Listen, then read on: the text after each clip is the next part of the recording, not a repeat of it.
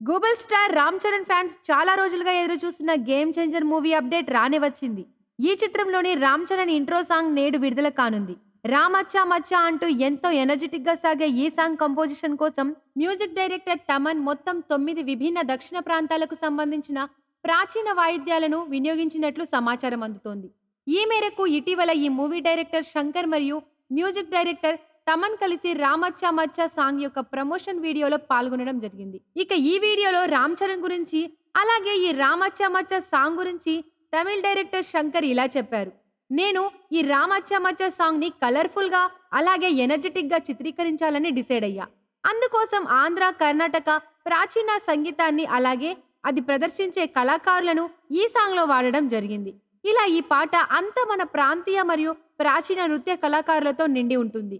ఈ song composition కోసం music director Thaman 2 రోజులు కష్టపడ్డారు. ఇక ఈ సాంగ్ కి కొరియోగ్రాఫర్ గణేష్ ఆచార్య మాస్టర్ వర్క్ చేశారు.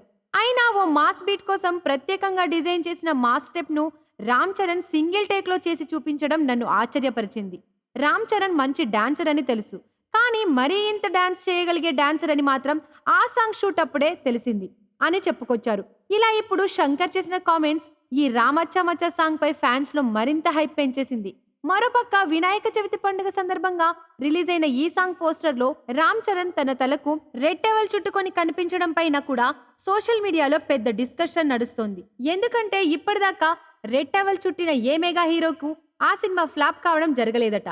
గతంలో మెగాస్టార్ చిరంజీవి నటించిన ముఠా మేస్రి, పవర్ స్టార్ పవన్ కళ్యాణ్ నటించిన గబ్బర్ సింగ్ వంటి చిత్రాల్లో ఈ మెగా హీరోలు తమ తలకు రెడ్ టవల్ చుట్టుకొని మాస్ డైలాగ్స్ అండ్ ఫైట్స్ తో ఫ్యాన్స్ ను ఉర్రూతలూగించారు.